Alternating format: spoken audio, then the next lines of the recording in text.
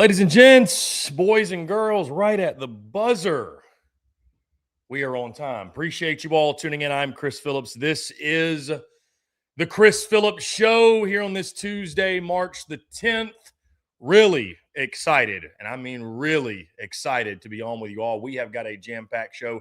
Lots to get into here on this Tuesday, as always, taking your questions, your comments, everything in between. Also, just got a jam-packed show today. Lots to talk about, lots to discuss. Feels good to be back in the saddle. More on that why in just a moment. Also, we are talking the SEC basketball tournament. My picks officially game-by-game predictions as that tournament gets going tomorrow, early tomorrow, here in Nashville, Tennessee. We will be heading over to the arena. Want to discuss some things with the tournament as well. We'll get into after the picks, after the predictions, and all of that good stuff. So I'll lock in my game-by-game picks. Top 5 moments to be a sports fan as far as like times of year, days, etc. Really, really fun list I've got concocted for you guys. Also, going to talk about this Colorado trip I was just on in case you missed it. Near-death experience, it felt like, at least for yours truly. And we'll get into some other stuff as well. Your questions, your comments, everything in between, guys. Like I mentioned, really fun show here on this Tuesday. Sit back, relax, enjoy for the next hour or so.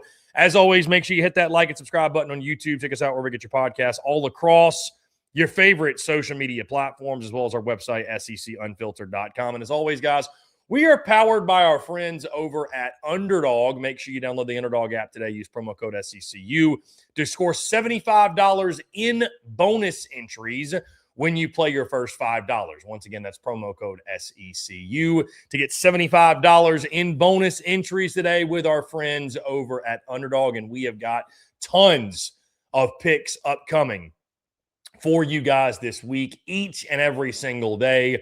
I'll be dropping 4 or 5 picks on Underdog, higher or lower, for the SEC basketball tournament. And, of course, that's going to take us into March Madness next weekend, which I want to start there, guys. Housekeeping items, a couple quick things before we really dive into the meat of the show. Really, really pumped. It is going to be an exciting next few weeks for SEC Unfiltered. Exciting next few weeks for us here in Nashville, Tennessee. I'm sure you guys have seen I have been – all over the place. I've been all over the place from the standpoint of, the month of February alone was a blur. It was a massive blur for us. I spent, going back to the beginning of the month. I went skiing in North Carolina for about 4 days. The following weekend, I went to Las Vegas and was there for 5 days for a wedding. Got back on a Wednesday. That Thursday, then flew out to Jacksonville, Florida for a baseball tournament. Was there for 4 days. Got back, was home for 3 days, 3.5 days, what have you. That next Thursday, I fly out to Arlington, Texas for a baseball tournament. Was there for 4 days. Got home Sunday night. Then that Monday afternoon, wasn't even home for 24 hours. Flew out to Colorado and was there for 5 days. And we are finally now back at HQ. I'm not getting on the road, guys, for like a solid 5 or 6 weeks. I'm telling you right now, I'm not going anywhere. You couldn't pay me. I got invited this weekend to go to Chicago for St. Patty's. I'm like, I'm not doing it. I can't. I physically cannot do it. I mentally cannot do it. I'm washed. I'm cooked. I'm kaput. I'm donezo. I am hanging out at home, chilling. We got a lot of stuff to watch, a lot of stuff to cover, a lot of stuff to do. All in the city. So it was an interesting January because I didn't travel anywhere in the month of January, which a whole month to go by and me not go anywhere is a very rare occasion. But I certainly made up for it and then some in the month of February. Cheers. It is just a sparkling water, by the way. Shout out to our friends over at Harbortown Golf Links. As you see, I'm in full golf mode. By the way, shout out. We got the players going on right now. I've got the players polo on. Little polka dot Tuesday vibe. Never hurt anybody. Little polka dot Tuesday never hurt anybody. So, our guy Chad is in the comments, which, guys, we'd love to have you comment throughout the show. He says, yes, basketball, roll tide. He says, after your experience in Colorado, I am never going there. Here's the funny thing, man. And like, I'll get into that a little bit later in the show. I definitely want to detail exactly what happened and how it happened, but I probably will go back. That's the crazy part. Because here's the deal. The skiing was beautiful. The skiing was absolutely gorgeous. Like it was an incredible experience. Like really, truly. The skiing was awesome. But yeah, just I did not know what I was getting myself into. It was like if you were to go swimming without swim trunks on, if you were to go to the mountains without a coat, it just like I was not properly prepared. And that was the reason that week turned into what it turned into. Again, more on that later in the show. We got plenty of time to discuss that. But yeah, crazy, crazy stuff. Sandman says, what up, Texas spring sports teams are killing it except for men's basketball. I mean, they're the 10 seed. They're the 10 seed in the tournament. I do think, Sandman, I think Texas is going to get in. I actually talked a little bit earlier in the week with some folks in the SEC about how many teams they thought the SEC was going to get into the tournament. They did mention Texas. So I believe Texas is going to get in. They're going to be right there on the bubble. They're going to be right there on the bubble, which I want to say this. I want to say this, and by his request, and I don't want to bring a ton of attention to it, I'm not going to say who it is or what his title is or what have you. But I do want to highlight this because this is a really cool moment and something that I do think should be recognized, and something I will bring to the forefront on social media as well. Because you guys might recall a few weeks ago, heck, this might have been more than a few weeks ago, like a month ago at this point, we were denied credentials for the SEC basketball tournament. And it was one of those things where I wasn't really sure if I was going to bring it to light on social media or really say anything about it, because it's like, hey, what good will it really do? But at the same time, if you feel like there's an injustice, what's the best way to bring justice? A lot of times is call out an injustice. So I decided to go on social media, and especially when I saw some of the chatter from some other folks talking about how they were denied credentials for the NCAA basketball tournament. I said, hey, you think that's bad? How about SEC Unfiltered getting denied credentials to the SEC basketball tournament, especially when yours truly lives 5 minutes down the road from the arena at which it is taking place. So went on social media, brought that to light. We talked about that, if you recall, here on the airwaves about a month or so ago, and just sort of some of the realities, right, of being an independent when it comes to credentials. And there are very real challenges and things you have to face, and you have to do a 1,000x what other entities have to do, and that's okay. I'm not complaining. We know what we sign up for. It is what it is. We can operate, and we have operated, and we will continue to operate at an extremely high level, with or without credentials, with or without quote-unquote access, with or without people welcoming us with open arms or not, what have you. It is what it is. So why am I bringing this up? Well, remember how I said the best way to bring justice to injustice is to call out injustice publicly? Folks, I am proud to say that justice has been brought. Now, not from the standpoint of we are getting credentials. And again, I'm not going to mention this person by name, by title, by anything, but let's just say I got a call on Sunday night from someone in the SEC office. We'll just say that. Someone with some influence in the conference. Again, not going to say who it is. And I will tell you this, if more disputes were resolved in this manner, we would all be better off, right? Because we have not been granted credentials, and we're not getting credentials, and that did not change. But what I did get was an explanation, and I at least appreciated that, because if you guys don't know the process, many of you probably don't. You apply for credentials, and when you don't get them, they just send you an email that says, due to a high volume of requests, we were unable to satisfy your request. And you're like, I know that's bullshit, because I'm only asking for one. I'm not asking for 20. I'm asking for one. There's no way you don't have room for one, especially when, bro, I don't need a seat in the press box. I just want to get in the game. I just want to be able to get in there, make content, watch the game, whatever. So that response never satisfied me, and it always frustrated me. I got a call. I got a reason. I got multiple reasons as to why a lot of things out of their control, some things in their control. But what I also got was an assurance, hey, we see you. We see the value that you bring. We want you to feel welcomed. We want you to feel wanted.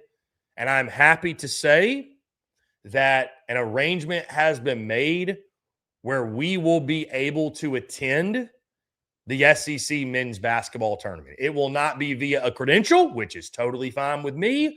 I would say it'll be even better, to be honest with you. It'll be right down there in the seats, hanging out with the fans, which is where I prefer to be anyways. So I want to say kudos to this anonymous person. Again, I'm not going to mention them by name, not going to mention them by title, but someone corrected this injustice, and I really am grateful and appreciative of it. I really am. So I am proud to say that SEC Unfiltered is being welcomed with open arms to a degree, and an arrangement has been made where SEC Unfiltered is being led in the door and welcomed in the door, I should say. Of course, we could have bought tickets to this and gone in like anybody else, and I would have had no problem doing that. But guys, you do get to a point in your career where it feels good to be welcomed. It feels good to be wanted, especially when, again, it's like we are going, I hate to say like we're going out of our way, but it's our platform. We can talk about anything we want to talk about. So we're bringing light to this event. We are bringing light to the SEC tournament. It feels good for someone to look at what we do and say, hey, what you do brings value. There would be less value to our tournament without you in attendance and without you covering it firsthand. And that's essentially what they reached out and told us. And so we will be attending the SEC basketball tournament. Not every single game, because, again, we've got other content to get into and other things to do. But at minimum this weekend, Saturday, Sunday, semifinals and finals, and probably going to sprinkle in a game or two throughout Wednesday, Thursday, Friday. We'll figure something out. But, really exciting. Again, I really appreciate those behind the scenes at the SEC that are making this happen, making us feel wanted, and showing appreciation and love and support for SEC Unfiltered and what we do. I know there's a battle between old school and new school media, which I think is silly. I think we can all coexist, but it is what it is, right? There's a lot of folks in the SEC office that do the credential stuff. I got this confirmed that, they've held those seats for 20, 30, 40 years, some of them. And it's hard to get this old guard to recognize that, hey, maybe we don't go on site and cover every single individual team, every single game, and get those credentials or what have you. But we are one of the biggest forces. I would say the biggest force in the SEC space when it comes to covering the SEC, when it comes to covering all of the big sports in the SEC. And to not have us in an event like this is crazy. It's crazy. And again, they recognize that. They're going out of their way to make sure that we are at this event. Again, I can't say thank you to them enough because, listen, that's something that I don't take it for granted. They did not have to do that. And so I cannot say thank you enough to those folks. All right. That being said, I dropped this on social media yesterday. I say let's go through it, guys. These are my official game-by-game picks for the SEC men's basketball tournament, which gets going tomorrow in Nashville at Bridgestone Arena. Like I mentioned, we are going to be at a number of these games, especially this weekend. So without further ado, let's pull up my bracket. These are each of my selections, and we will start with the first game of the tournament on Wednesday morning. Kentucky takes on LSU. Not a whole lot needs to be said about this one. Matt McMahon is essentially on the edge of the plank. I think he needs to be fired. I know LSU does not care about basketball that much, but there's a lot of value in having a valuable basketball product. Give me Kentucky to beat LSU. I know Kentucky's been underwhelming this season, but Kentucky's a far better basketball team than LSU is. So I think they will advance in the second round. Mississippi State, Auburn. is a really interesting game. I know Hail State is not a great team. They've been a team that's blown a lot of leads this season. Guys, I said it when Stephen Pearl was hired that I thought it was a lazy hire. And I thought it was a very unserious hire. Really, truly. I thought it was an unserious hire for a program like Auburn that has had so much success on the hardwood. I thought it was a very unserious hire. Give me Mississippi State to pull the upset. I think they're like a 7.5 or 8-point underdog. There's going to be upsets in this tournament. You know it. I know it. We all know it. Give me Mississippi State to pull the upset and get the fireworks started early in day one. Let's go to Ole Miss, Texas. The afternoon games get going. I like the Texas Longhorns to beat the Ole Miss Rebels. Ole Miss scuffling down the stretch. They lost to South Carolina in their season finale. Give me Hook'em to win the first game and advance to day two. Finally, Oklahoma and South Carolina. Guys, in case you missed the news, by the way, Lamont Paris is going to be returning for the 2026-2027 season. It would be the most South Carolina thing ever to win a game or two in Nashville. It really would.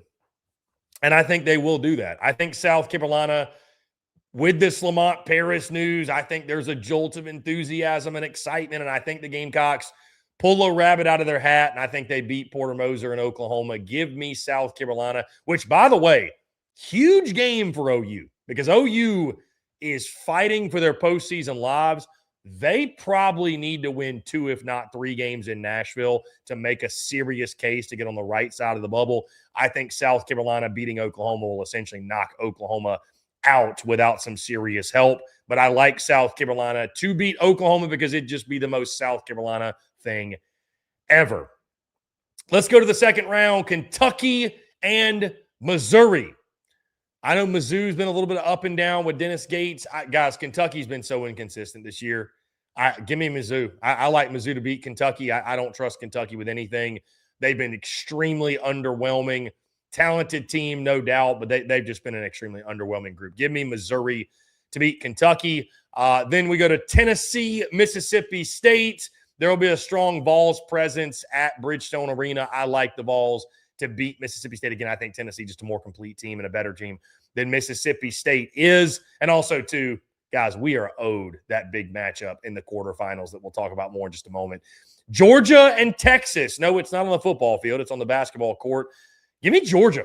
I like Georgia to beat Texas here. I know, again, Georgia's a team been a little inconsistent here and there at times. I like Georgia to beat Texas, advance to the quarterfinals. South Carolina, Texas A&M, you get the big upset in the first round. I do think it runs out here and your season comes to an end against the Aggies.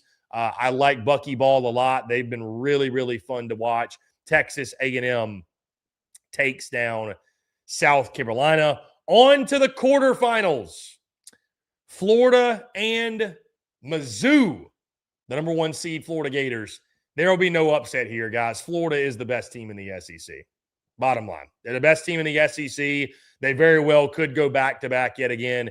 Gators, I think they steamroll Mizzou. I do. I think they beat Mizzou, and I think they beat them handily. Tennessee and Vanderbilt in the second quarterfinal game. This is awesome, dude. This would be a great game. This is the game that we deserve. Tennessee won the first matchup. Vandy won the second. I like Tennessee on a neutral floor. I like Tennessee on it. Here's the crazy part, though. I say it's a neutral floor. The game is in Nashville. This will be like the game to go to. I'm praying we get this game on Friday. I'm praying we get this game on Friday, and I will 110% be there. This will be an awesome game to go to. But I do like Tennessee. I do like Tennessee to win that ball game. Georgia and Alabama. Again, nope, it's not on the football field. It's on the basketball court. Guys, we saw what Alabama did to Georgia couple months ago. I like Alabama to win this game, and I like them to take care of business and handle it and win it big. Give me Alabama to advance to the semis. Finally, Texas A&M and Arkansas, the final game of Friday. I like Arkansas. Give me John Calipari and the boys.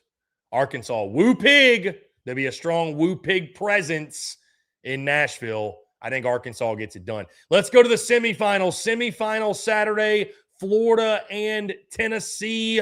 I hate to be so chalky because it is college basketball and anything can happen. But Florida, yet again, give me the Gators. Give me the Gators to take down Tennessee and get back to the championship just like they did last year. The second game, Arkansas and Alabama. I like Arkansas here. I like Arkansas to win this ball game. Neutral floor. Give me the Hogs. You might recall a couple weeks ago, this is one of the best games of the SEC basketball season. Darius Acuff goes off. Arkansas punches their ticket to the championship. Finally, in the championship, Florida and Arkansas. Everybody's going to pick Florida to win the SEC tournament, guys. Everybody. Like, let's just call it for what it is.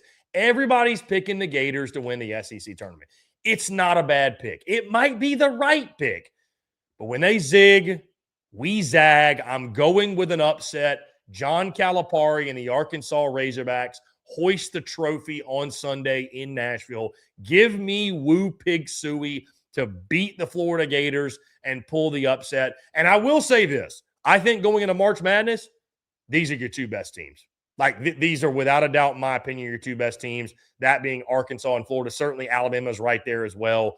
But these two, I think, if I had to bet right now, these are the two that are going to make the deepest run of any in the SEC. I like Arkansas, though, to up in Florida. Again, I will not be shocked if Florida wins it, but I'm admittedly, guys, I'm just going against straight chalk. Like, I just, like, maybe Florida does just cruise through the SEC tournament and this thing isn't even competitive, but I'd like to think maybe we could have some chaos or some craziness. So give me Arkansas to beat Florida. I'm probably the only person you're going to see that picks the Hogs to beat the Gators. So those are my picks. Those are my predictions for the SEC men's basketball tournament. Would love to hear your thoughts. You agree with me, disagree? How are you picking and predicting the SEC men's basketball tournament in Nashville? All right. That being said, again, would love to hear your picks, guys. In case you missed it, by the way, I don't even think I got into this.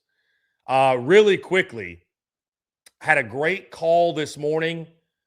Our plans for March Madness are officially set. We haven't dropped the graphic yet or the promo or anything, but our plans for March Madness are officially set. For those of you who are in Nashville, or those of you who want to come to Nashville or live around Nashville or what have you, I am really excited to say we are throwing a bunch of big events in Nashville for March Madness, teaming up with our friends over at Outlaw Beer. Yes, of course, our friends at Outlaw Beer, guys. We're going to be doing a lot of fun stuff with them. First things first, obviously March Madness starts next week. We'll have selection Sunday. This Sunday, we'll figure out the bracket. Thursday through Sunday, Slider House in Midtown, over by like Losers, Red Door, Odie's, etc. Slider House in Midtown is going to serve as our March Madness HQ, our March Madness hub. And they're going to have specials all throughout the day, $3 Outlaw Lights, and I believe it's the tall cans all throughout the weekend. I think they're going to do a bucket special as well. Don't hold me to it, but we're working on that right now. We're also, guys, going to be doing an Outlaw Beer Bracket Challenge, SEC Unfiltered Outlaw Beer Bracket Challenge. The winner gets a really, really awesome care package with us and Outlaw teaming up. I believe there's a cooler involved, which I've seen the picture, and this thing looks absolutely awesome. We're going to do a bracket challenge. We're going to have a big bracket on site that we'll be filling out as each of the games go through. But again, Slider House in Nashville is going to be our HQ, is going to be our hub. We are going to have a spot to post up, and I'm going to be there literally Thursday through Sunday. The entire weekend, we are going to be there watching all the games, taking it all in. Obviously, throwing in picks, higher or lowers with our friends at Underdog as well. Drinking a bunch of Outlaw Light beer. It is going to be an absolutely fantastic time. Highly encourage you guys come out if you are in the city of Nashville. Like I mentioned, more details going to come out on that later when we drop the graphic, but really, really looking forward to that. And this week, obviously, we will be all out and about in the city of Nashville when it comes to the SEC men's basketball tournament. So really excited for it. Looking forward to it. In the meantime, guys, taking your questions, your comments, everything in between, whatever you guys want to discuss. On that note, though, where should we go next? Number of places we can go. Let's talk about the Colorado thing really briefly. For those who, by the way, it's great to be back in the saddle. I don't know if you guys noticed this. There was no Chris Phillips show last week, right? Tuesday or Friday.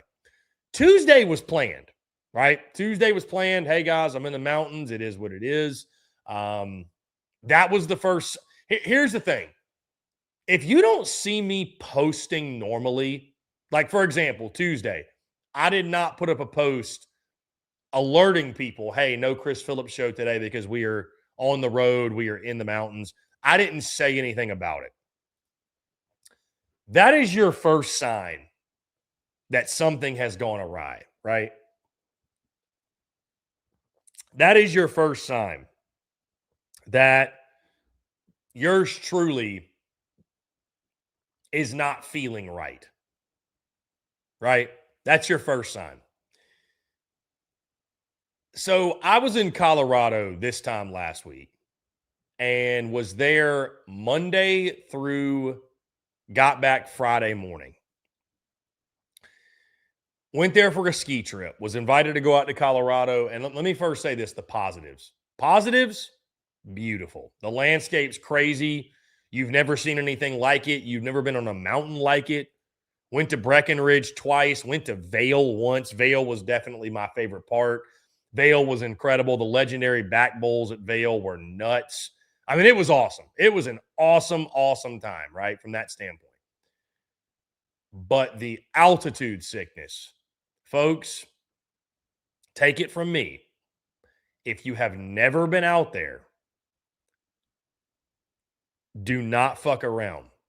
Do not fuck around because you will find out. You will find out.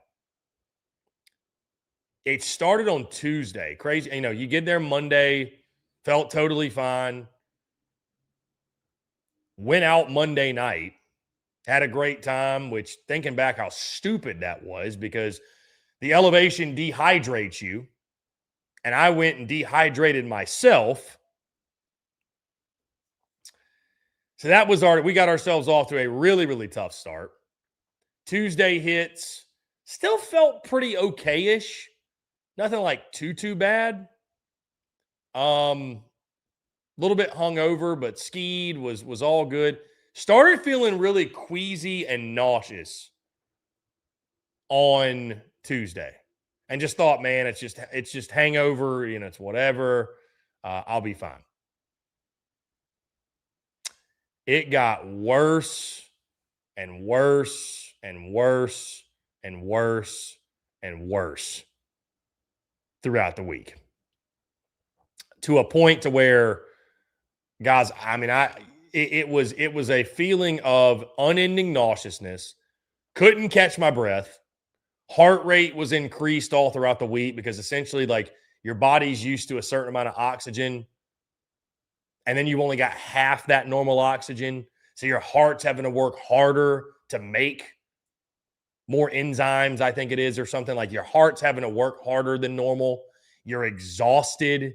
I mean, I was winded walking up a flight of stairs, guys. Like, I developed a really terrible cough, liquid on my lungs. I could feel the liquid. I was coughing it up. By Thursday, I was in really bad shape. And I'll be honest, it was a little scary. It was a little scary. I couldn't sleep. I probably got like 2 or 3 hours of solid sleep a night.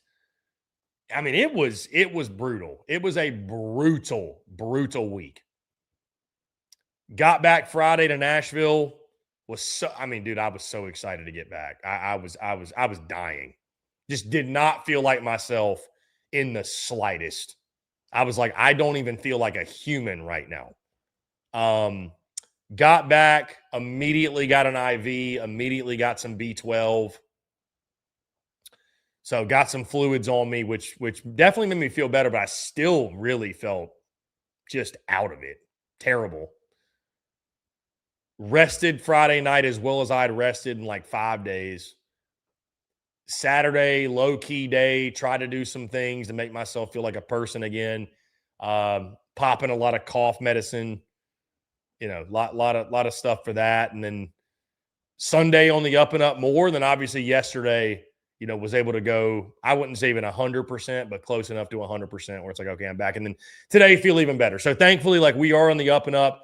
I do feel much better. The only thing I'd probably say left is throat's still a little sore. I mean, definitely can feel like the remnants of that bad cough. And I think my stamina is probably lower than normal. I have not pushed it yet at the gym or anything. I did go and hit golf balls last night, but I mean, I don't know how much of a, I've gone on some long walks, which have been good, and been able to breathe more and do those. And, that sounds like not a lot, but I'm telling you, bro, I couldn't walk 50 yards without dying, it felt like. So, yeah, glad to be back near sea level. And I'm going to be staying near sea level for quite a while. I'm thinking to myself, next travel season, which not to say I'm done traveling, but like that time between end of college football season, end of college football regular season, I should say, up until like this time now through the month of February, instead of going on the ski trips, I think I'm going to be making more beach trips. Yeah, those seem a little bit less risky, it seems like at this point. So, yeah, crazy. Again, I will tell you this. You go through something like that, though, man, like the old adage that, a healthy man wants 1,000 things, a sick man wants one thing. Like, it really puts that shit in perspective. And you're like, man, like, it's a blessing. Like, here's the thing. If you're waking up every day and you're breathing well and your body's functioning correctly and you're feeling good, brother, you are a lot more rich than a lot of people. Like, you have a lot to be grateful for. You have a lot to be thankful for, because there's people that, are sick or they're ill or they're fighting something. They'd give anything to just feel good. So, yeah, I mean, like, bro, I would have given anything when I felt terrible in Colorado to feel worth a damn. So, yeah, crazy experience that I don't plan on experiencing again anytime soon, to say the very least. So, okay, there it is. Let's get off that.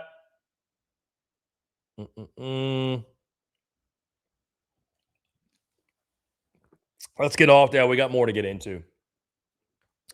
Really exciting stuff here on this Tuesday. Like I mentioned, you see, guys, we got the Players Polo on. It is Players Week. Really exciting stuff. I got my boys down in Jacksonville Beach. I know we're enjoying it. They invited me down there, too, and I was like, I just can't travel again. I can't do it. I don't want to do it. I have no interest in it. Obviously, big stuff happening here this week as well, but I'm like, dude, I just can't travel again.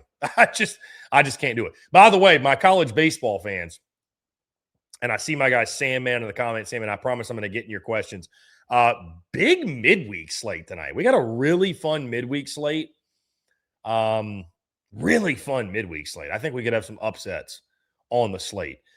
This is making me think best times of year to be a sports fan. We're going to get that more in just a moment, guys. Before we do, I do want to tell you about our friends over at Underdog, because as always, we are brought to you by our friends at Underdog. Guys, fast breaks, buzzer beaters, block parties are back. Underdog's the best place to get in on all of the action. Playing on Underdog is easy. Just pick whether your favorite players are going to go higher or lower on stats like points, rebounds, steals, and more. Get your picks right, and you can win 5,000 times your cash. And guys, all week long, I will be dropping my picks daily for Underdog with the SEC basketball tournament.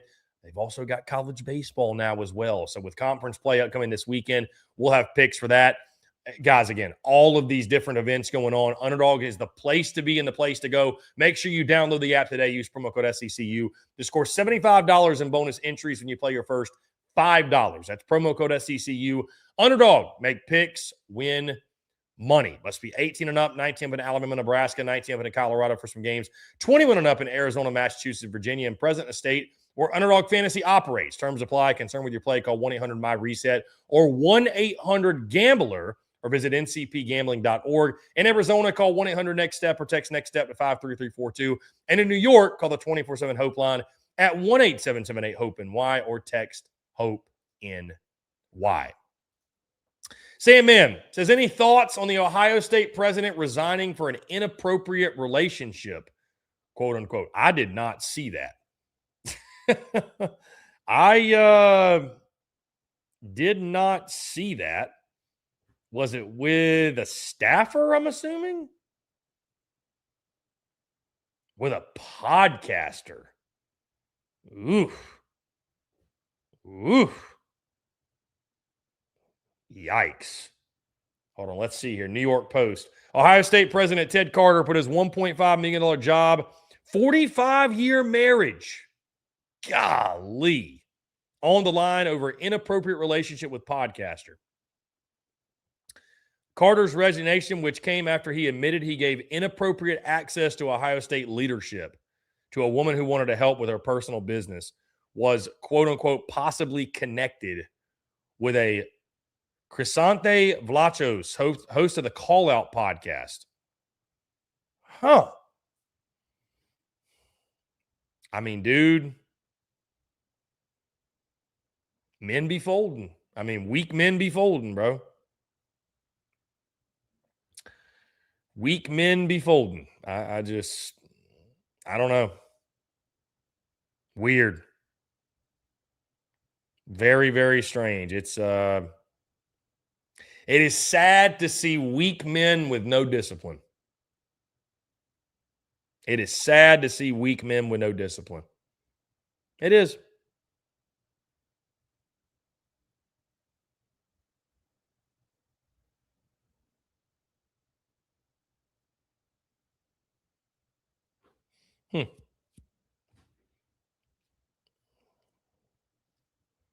Who is the...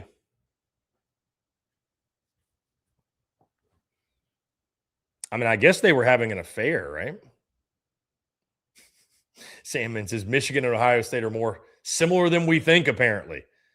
Did I also see that Sharon Moore got off or something? Like he was acquitted of all charges. Is that correct?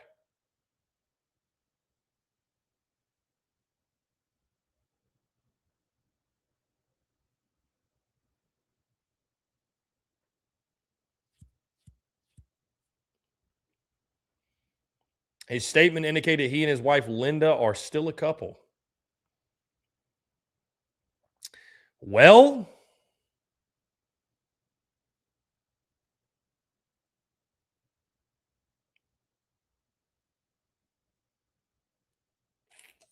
yeah, Crisante Vlachos or something. That's crazy, bro.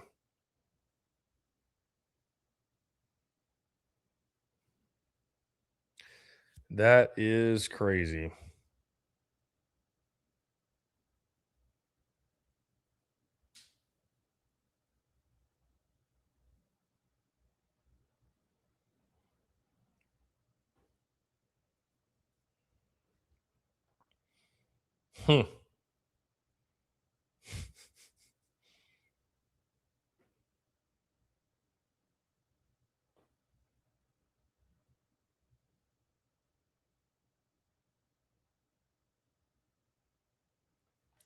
Yeah, it's brutal, man. That's brutal. That's brutal. People will blame the woman, but as the man, you got to have discipline. You got to have discipline. You got to know better. It's your fault and your fault only. Bottom line, it's your fault and it's your fault only. You got to take accountability. So, You got to take accountability. All right, let's talk about more fun things here. Sandman also said, any thoughts on the remarks made by Nick Saban last week at the White House regarding NIL? Sandman, I got to be honest with you, man. I'll tell you this. I think Nick Saban, I think it's the most no-brainer thing to have him as one of the lead voices in charge when it comes to, quote unquote, fixing college football and fixing college athletics. There's a lot of people out there that want to throw their hat in the ring or talk about, why they should be the college football commissioner. And I get it. There's a lot of people with their hearts in the right places, but Nick Saban's a guy. There's nobody who knows better about college athletics and what's going on. And nobody I'd trust more to have a hand in fixing it than a guy like Nick Saban, who's a very well thought out, calculated, very intelligent individual. And again, has been in those battles, has been in those trenches. I didn't see everything exactly he said. I got to be totally honest with you, Sandman. Like, here's the deal. And y'all can tell me y'all's thoughts. I genuinely actually would love the feedback, because you're going to notice on our football show, if you haven't already noticed, on our football show, Chewing Clock, that Cole Thompson and I do. We are not as much, and I've thought about this, and maybe I need to hire another football guy. And maybe this is something that the masses want when it comes to content. We are not as much like a daily news college football show. Certainly we will. But the reason we're not is because most of the daily news, guys, I'll be honest with you. I don't want to talk about the round table held at the White House to fix college athletics. I don't want to talk about that. That's not a fun conversation for me. I don't want to talk about legislation and just so many of the storylines in college football in the offseason. The college football offseason is deplorable now. It is. Like, it's not interesting. It's not fun to discuss. I don't want to go through paperwork and read legal documents. Like, I want to talk about like what we talked about yesterday. What's the most important game for every team in the 2026 season? That type of stuff's fun to me. Way too early predictions, quarterback rankings, like bowl projections, like that type of stuff is fun. All the other stuff, the NIL, the portal, I didn't get in this game to fix college football. I don't want to. I want somebody else to do it. I have no interest in trying to be the commissioner of college football and fix college football.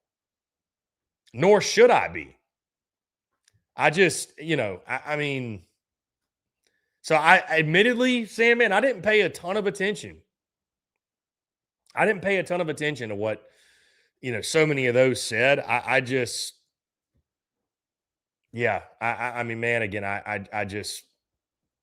like to stay in my lane and just talk ball. And while, we're going to do our college football show throughout the year because, of course, college football never sleeps. But that's why I'm like, thank God I love baseball. Thank God I love golf. Thank God I've got other sports that I really, truly enjoy. So on that note, by the way, I want to make sure we get to this before we get out of here. On that note, really fun topic, really fun conversation. As you guys know, I love doing top fives. It's a blast. Turkey Slammer, fun show idea since these guys get paid now. Worst starter on each SEC team. Yeah, that would go really well. Because you're not wrong. Listen, the guys get paid now. Who gives a damn? Who gives a damn, right?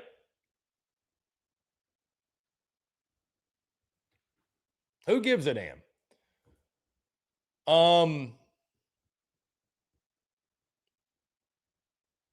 That still wouldn't go well. It wouldn't. People still get really sensitive, but I don't disagree with you, man. It's like, hey, you want to get paid like pros, you're gonna get criticized like pros. They're not kids anymore. You just the moment you sign a 6-figure check, you are not a kid anymore. You have become an adult.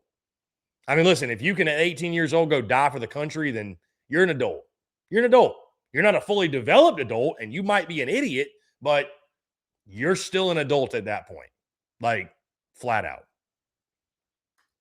Okay, like I said, let's get into a much more fun conversation, a much more fun topic, because what inspired this is, you could argue we are in the midst of, but certainly that we are coming upon this is one of the most fun times of year to be a sports fan, right? Like there are moments, there are days, there are weeks that like stand out from the rest of like, man, this is just, like for example, the first weekend of March Madness. That is an unprecedented time to be a sports fan, right? Like that is just one of those monumental things that you're like, dude, this is an incredible time. I love it. People make it a point. They take off work.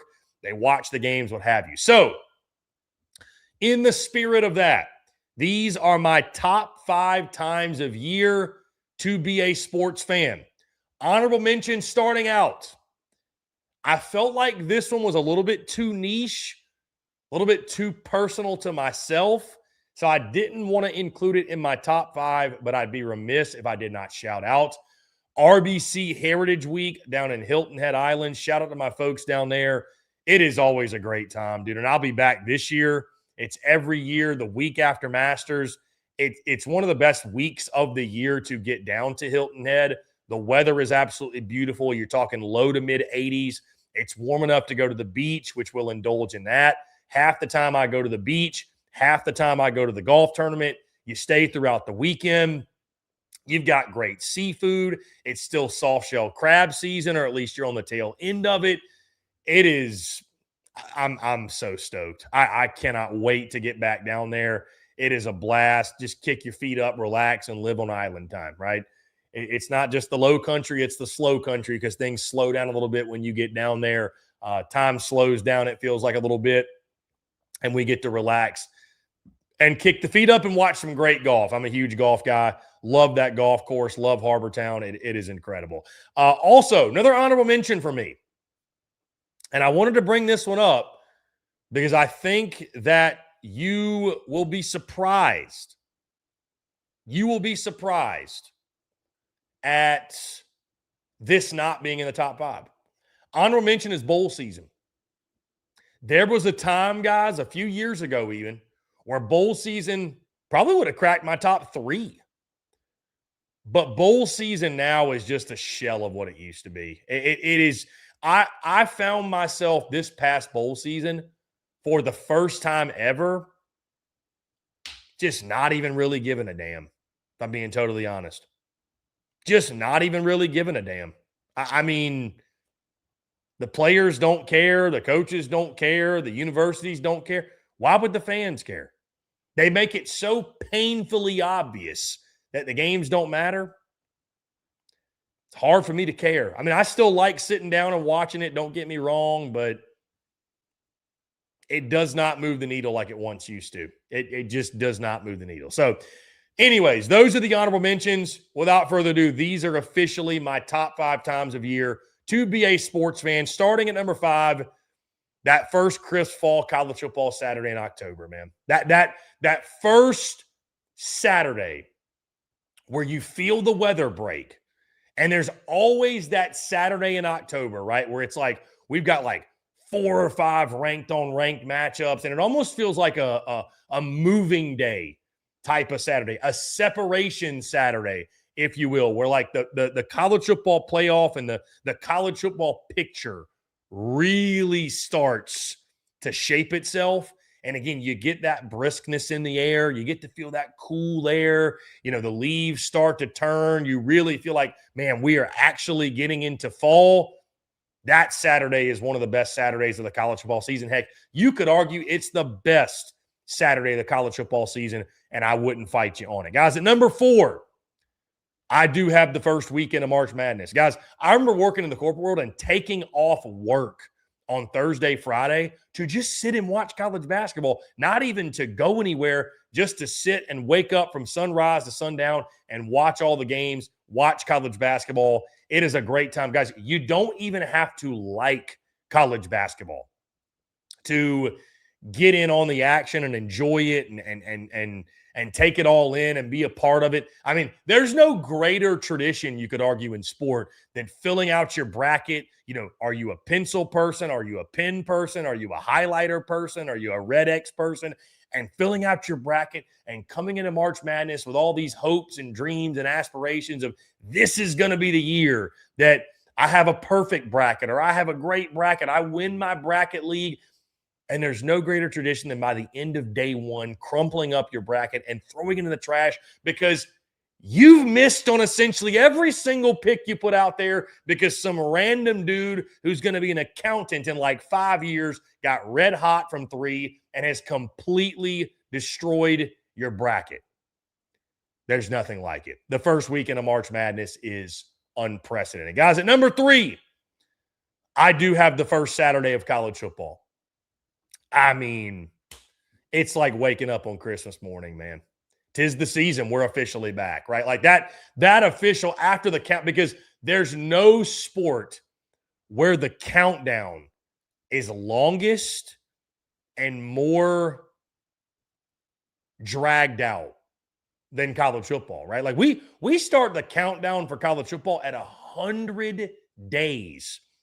We don't do that for basketball, and we don't even do that for baseball, right? Like it's just it's almost like, for me, every year, it's like surreal.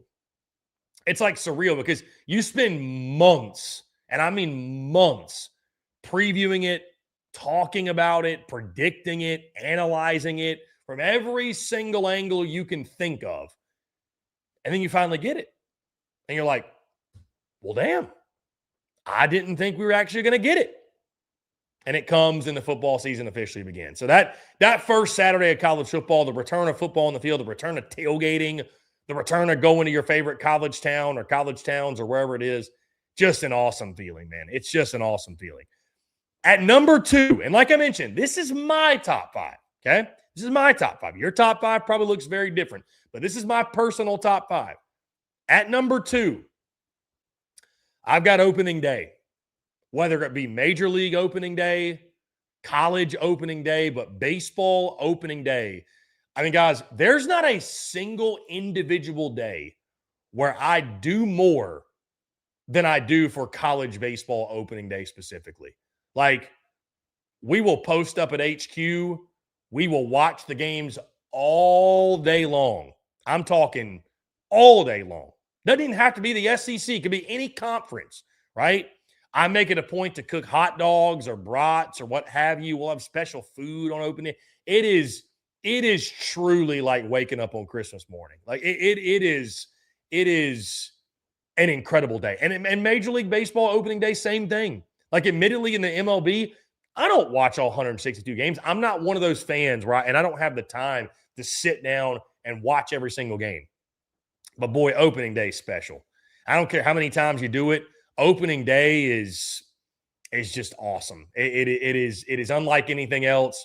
Opening day is its own thing, right? It stands alone in sport. Opening day is awesome, especially again for me for college baseball opening day. I absolutely love it. Like I said, there's not an individual day where I do more for it. And my love for baseball obviously helps elevate it on this list. Opening day is special, man. And at number 1 for me, and there's a number of reasons for this, the nostalgia of it, the family ties, because of where I'm from, the event itself, and the fact that it's an entire week. It's not just one day, it's a week. Number 1, my best time of year, most enjoyable time of year to be a sports fan, and the most special time of year, it's Masters Week. Masters Week is just from the Augusta theme song to waking up on Monday morning and cutting on the feeds on masters.com, getting taste of the Masters delivered to your door, having that on the weekend, making your picks and following along with your favorite players. God forbid if you actually get to go to the event any of the days. I've been fortunate enough. I went in 2024 to a practice round, had been a couple of times before that a long time ago. But if you get to go on the grounds, if you get to go on property, unbelievable unreal. But even just being at home for it, I'm a madman when it comes to Masters Week. I'll have 3 screens up, all the different on the range, 15 and 16, number 12, featured group, whatever it is. Again, even Monday, Tuesday, Wednesday, when it's just practice rounds, you got the interviews going on the range, got all that pulled up. You're just like salivating for the coverage. And then obviously into the weekend, it's the best golf tournament in the world. It's the best golf tournament every week. It's the best week of the year in sports. And it is my favorite time of year to be a sports fan. There is nothing like Masters Week. Look forward to it every single year. And again, it hits especially for me because I grew up in North Augusta, South Carolina, 10 minutes from the Augusta National. I watched so many of those tournaments with my dad, with my grandfather. It will always forever hold a special place in my heart. I love golf. I grew up playing golf. There was at one point I had a dream to play at the Masters. I mean, if you play golf in any competitive capacity for any competitive amount of time, we've all had that dream. Everybody dreams of having the putt on 18 to win the Masters. Everybody has it, right? So, like, it's a really special week. It's a special week, and for me, it is number 1. So, again, top 5 times a year to be a sports fan. At number 5, I've got the first Crisp Fall College Football Saturday in October. Number 4, first weekend of March Madness. Number 3, first Saturday of college football. Number 2, opening day. And number 1, Masters Week. There's nothing like it. I saw my guy Turkey Slammer in the comments who said Masters Week better not be on the list, which is a crazy take. Crazy take. I don't know. I don't know how you even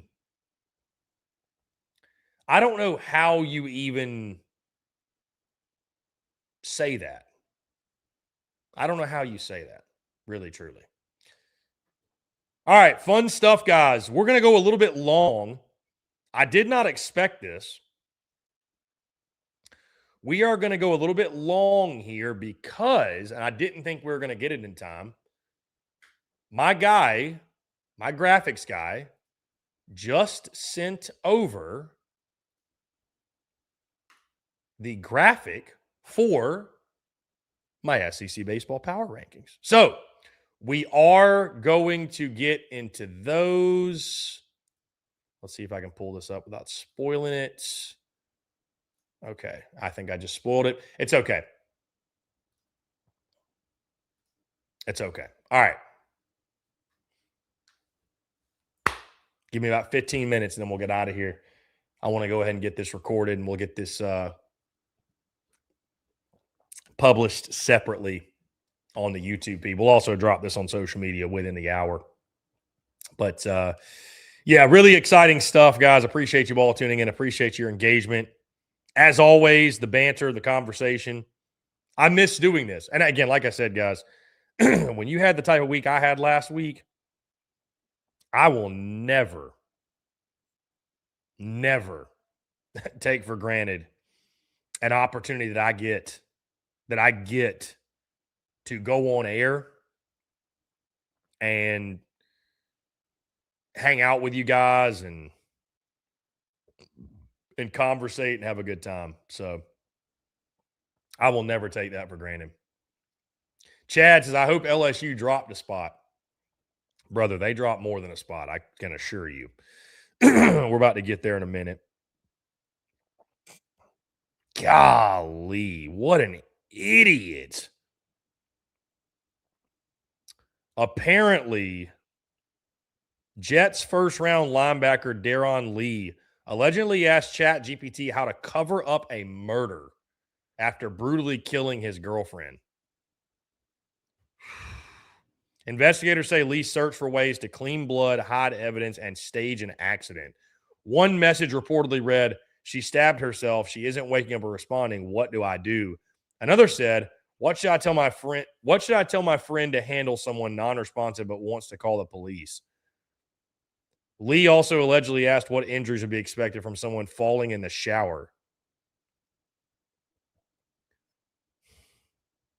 God almighty, that's just brutal.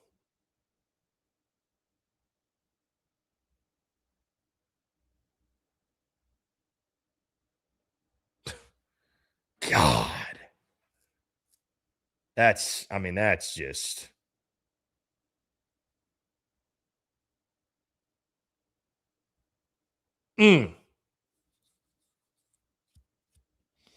That's wild.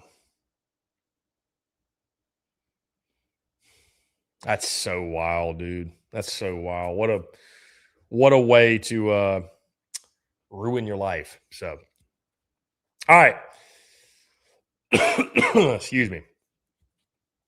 All right, let's get through these SEC baseball power rankings and we will get out of here. Sandman says he should have asked Claude instead. Much better than GPT. Says can't fix stupid. Yeah.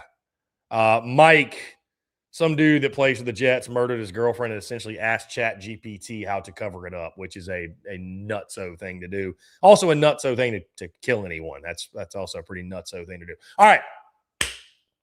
That being said, guys, let's get into this before we get out of here. It was a crazy weekend on the diamond in the SEC. There is no question. I did not think there'd be a lot of drama. And I mean, if you're Texas, you're Mississippi State, if you're some others, you didn't have a lot of drama, but there was a lot of drama across the league over the last week or so. So with that being said, guys, these are my latest SEC baseball power rankings as we pull up each of my selections, and we will start at number 16. No change in the bottom. The South Carolina Gamecocks, despite sweeping Princeton over the weekend, no change needed here. South Carolina, to me, is still the worst team in the conference, and it's not really particularly close right now. Number 15, I've got the Vanderbilt Commodores. Guys, Vandy tumbling all the way to 15. I'm really starting to get worried about Vandy. You lose one on Sunday to North Dakota State. I know it's only one loss, but you get swept in Vegas over the weekend. I just don't like the way Vandy looks right now. I'll be totally honest with you. I don't like the way they look right now. That Vandy LSU series this upcoming weekend as we get into conference play is going to be really, really, really pivotal for them to get back on the right track. And number 14, I've got Missouri. It's time we give Mizzou some love now. It's time we give Mizzou some love. 11 straight wins for Kendrick Jackson and company. Listen, I don't know how Missouri is going to do in conference play, but what I do know right now is this. They have 14 wins right now. They had 16 all of last year. You got to give some credit for that. So I got Mizzou at 14. Number 13, I've got the Kentucky Wildcats. Kentucky at 13. This is a team I'm still pretty high on. I'm excited they've got Tyler Bell back. The pitching staff continues to be elite. Let's see if we can get more out of Ben Cleaver in the Saturday role. But excited to see what Kentucky does in SEC play. They're an intriguing team, no doubt. And number 12, I've got the LSU Tigers. Guys, LSU's playing bad baseball. These are power rankings. This is not where I think LSU is going to finish. This is not what I think LSU is capable of.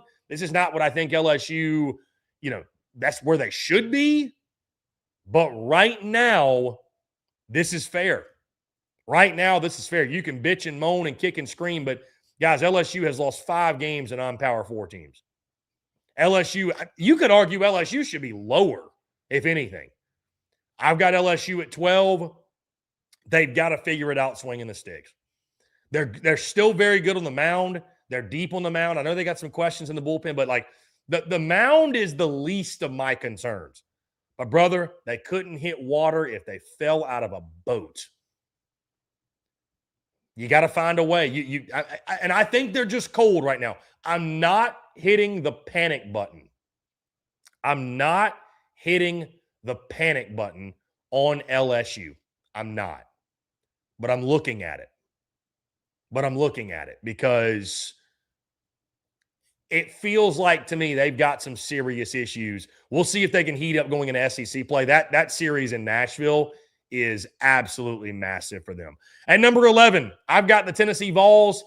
Tennessee's a team that's really hard to figure out for me. Am I really concerned you lost game 3 to Wright State 6-0? Not really. But this is about where I thought Tennessee was going to finish this season. I think Tennessee's looked about as I expected. I do. They got to get guys like Levi Clark going, man. He's been ice cold for them to this point. I think if they can get him going, they've got enough in the lineup around him. The pitching's still been really good. Tegan Coons has been a leader for them in the game one spot. I've got Tennessee at 11 right now. Just need to see more from the Vols. Number 10, I've got Alabama. Impressive weekend for them against North Florida. Love what I've seen from Tyler Fay of late. And anytime you've got Justin LeBron in your lineup, you got yourself a shot to have some damage and make some damage. Alabama, Kentucky, a really underrated SEC series this upcoming weekend. By the way, Tennessee hosting Georgia. Tennessee hosting Georgia. Or excuse me, Georgia hosting Tennessee. Tennessee going to Athens. That will be a really, really fun series I wanted to mention. At number 9, I've got the Florida Gators. Florida falling just a bit for me. I mean, because of what happened over the weekend, losing 2 of 3 to High Point. This is another one.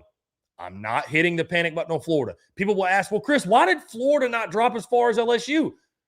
Because Florida had won 13 in a row up until the High Point weekend. LSU have been playing bad for the last 8 or 9 games, right? So I think Florida had a bad weekend. It is what it is. Bad weekends happen. I don't think you should just completely forget what Florida had done up to that point because they had a nightmare weekend against High Point. If it continues this week and into the South Carolina weekend, well, okay. Then I think we've got real reason for concern, and there's real reason to say, hey, what in the world's going on? But I don't think it will. Big midweek game for the Gators tonight, by the way, against Florida State. But I got Florida at 9. I think they will jump back up, guys, because, again, it's like I'm not going to forget what happened in the Miami weekend because you looked as porous as you did against High Point. But that High Point weekend was weird. I mean, you should have gotten swept. The fact you didn't is a miracle. So we'll see how the Gators bounce back. South Carolina coming to Gainesville to open SEC play.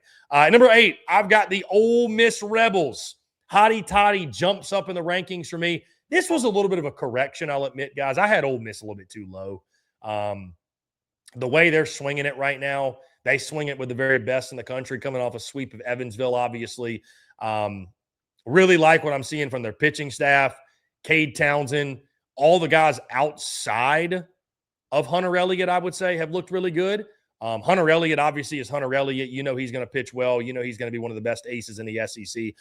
Ole Miss to get SEC play going. Ole Miss travels to Texas. So great opportunity for the Rebels. Great opportunity because everyone is going to be picking Texas, I would say, for the most part. So great opportunity if you're Ole Miss. We'll see what they can do. We'll see what that lineup can do against a vaunted Texas pitching staff. But like what I've seen from Ole Miss to this point, they are number 8 for me. At number 7, I've got the Arkansas Razorbacks. Guys, Arkansas, I think, slid down a spot. They may have stayed in the exact same spot. Arkansas is kind of weird right now. They're kind of an interesting – they're an interesting team to figure out, right? Because I'm like, I still trust Arkansas. I still think Arkansas is extremely talented, but they at times, like it's almost like they just don't show up. And to split a 4-game set with Stetson, all due respect to Stetson, but this Stetson team has not been great this year. To split the 4-game set at home after you won the first 2 is, I mean, it's a little bit concerning. Like, let's call it for what it is. It's a little bit concerning. And boy, oh boy, does it ever get going in SEC play for the Hogs. They host Mississippi State this weekend in Fayetteville. I mean, the good news is that it's at Baum Walker, right? And all eyes are going to be on this weekend series against Mississippi State. I can't wait for that one. Great opportunity for Arkansas. That's going to be elite on elite. Can't wait to watch that. But 7 right now is where they sit for me. And number 6, I've got the Texas A&M Aggies. Texas A&M rising a bit. They've been playing good baseball. I thought they looked good in Arlington when I was there, obviously. They take care of their business over the weekend, getting the big sweep over Oakland. This Texas A&M team, don't look now, but big opportunity upcoming for them. They go on the road to Oklahoma this weekend. An Oklahoma team that, I mean, they've just been kind of rolling through everybody, right? Oklahoma, it doesn't feel like it's been tested all that much to a degree. They've been that good. But Texas A&M, Gavin Grahovic starting to come on strong. Shane Sadeo has been great in that Friday role. The pitching staff has been really good, I think much better than a lot of us expected. Really excited for that series this weekend. Texas A&M sits at 6 for me. And number 5. All right, Georgia, I'm giving you as much love and credit as I've given you all season. I've got Georgia, the Georgia Bulldogs at number 5, who again host the Tennessee Vols this weekend in their SEC series opener. I mean, Dan Jackson, he's got 14 bombs. He's on just an absolutely insane tear, tearing the cover off the baseball. What does Volchko give you on Fridays? What's the pitching staff? And we know what the question is with Georgia. This is another typical Wes Johnson team. They're going to swing the hell out of it. Can they pitch well enough to have balance and win ball games? And listen, he did them a lot of good last year. They were a top 8 national seed. So I don't even know why we should doubt that Georgia is going to be right there. But I will be intrigued to see what Georgia looks like this weekend against Tennessee. Foley Field should be rocking. Number 4, I've got the Oklahoma Sooners that I mentioned earlier. I mean, Oklahoma really ever since that weekend in Arlington, they have just been absolutely rolling and steamrolling people. Big opportunity, I think, for Skip Johnson's club because we're high on them. We really like them. They're pretty high in the rankings. But I get this feeling, there's still a sense of, show me. Okay, let's see. Let's see how good you really are. Big opportunity for Boomer Sooner this weekend if they can take 2 or 3 from Texas A&M. Massive, absolutely massive series. And number 3, one of the biggest risers of the weekend, guys, I have got the Auburn Tigers at number 3. I mean, this is one well-deserved. Auburn's playing as good a baseball as anybody. Auburn's playing as good a baseball as anybody. They look sharp. They look focused. Chase Fralick had an insane weekend against Winthrop. Jake Marciano, the Friday night guy, has been electric. Butch Thompson and Skip Johnson. Why do we doubt them? I have no idea. But Butch Thompson's got Auburn right back top of the SEC yet again. Tricky series for them this weekend. Here's the thing. I'll say they should win it. But what is Missouri? And anytime you go to Taylor Stadium in Como, it's a weird road trip. It's just a weird road trip. So don't sleep on that if you're an Auburn fan. But Auburn has looked really good, man. They're playing really elite baseball right now. And then the top 2 guys at number 2, I've got the Mississippi State Bulldogs, who, again, travel to Arkansas. They have just been pounding people. The pitching staff looks great. The lineup looks complete. I mean, I feel like I'm going to sound like a broken record talking about these 2 teams, but really like what I've seen from Mississippi State at this point. McPherson's a real dude on Friday. Fry in the lineup has been tearing the cover off the baseball. You got a guy in Ace Reese is one of the best players in college baseball. Really excited to see them at Baum-Walker. Really pumped. Brian O'Connor's first ever SEC series. That's going to be electric. And then at number 1, I've got the Texas Longhorns. I think Texas is the most complete team in the SEC right now. Again, they host Ole Miss to get SEC play underway. The only thing really to clean up maybe is, maybe Luke Harrison be a little bit sharper than he was his last start. But, dude, they got a 3-headed monster in Riojas, Harrison, and Volantis on Sunday. Oh, my gosh, the transfer – who is the transfer outfielder whose name is escaping me for some reason? He's been tearing the cover off the baseball. I don't know why I'm having a brain fart right now. I think it's the Seton Hall transfer. Carson Tenney, obviously, from Notre Dame, has been crushing it. A-Rod's been crushing it for them. I mean, I don't know what more you could want. Texas looks Aiden Robbins, by the way, is the name I don't know why I couldn't think of. But they look every bit the part of the national championship contender and national championship winner that I picked in the preseason. I mean, Texas is just checking every single box, and I think they are well-deserved the number 1 team in our power ranking. So those are my latest SEC baseball power rankings here on this Tuesday, March 10th. Guys, would love to hear from you. Do you agree with me? Do you disagree? How would you power rank the teams of the SEC entering conference play? Guys, that's going to do all for me. Appreciate each and every single one of you tuning in. Y'all are the best. Again, the Chris Phillips Show officially wrapping it up. Thank you all so much for tuning in. Make sure you hit that like and subscribe button on YouTube. Check us out where we get your podcasts all across your favorite social media platforms, as well as our website, secunfiltered.com. Till next time, thank you all so much again for tuning in, whether you're listening live on Facebook, YouTube, Twitter, whether you're tuned in via podcast. It means the absolute world. Y'all have a great rest of your Tuesday. Have a great rest of your week. We will be back on Friday, the Chris Phillips Show every Tuesday, Friday, 1 o'clock Central. You can check us out live, and again, check us out via podcast as well. Till then, have a great rest of y'all's week. Appreciate you all tuning in. We'll talk soon.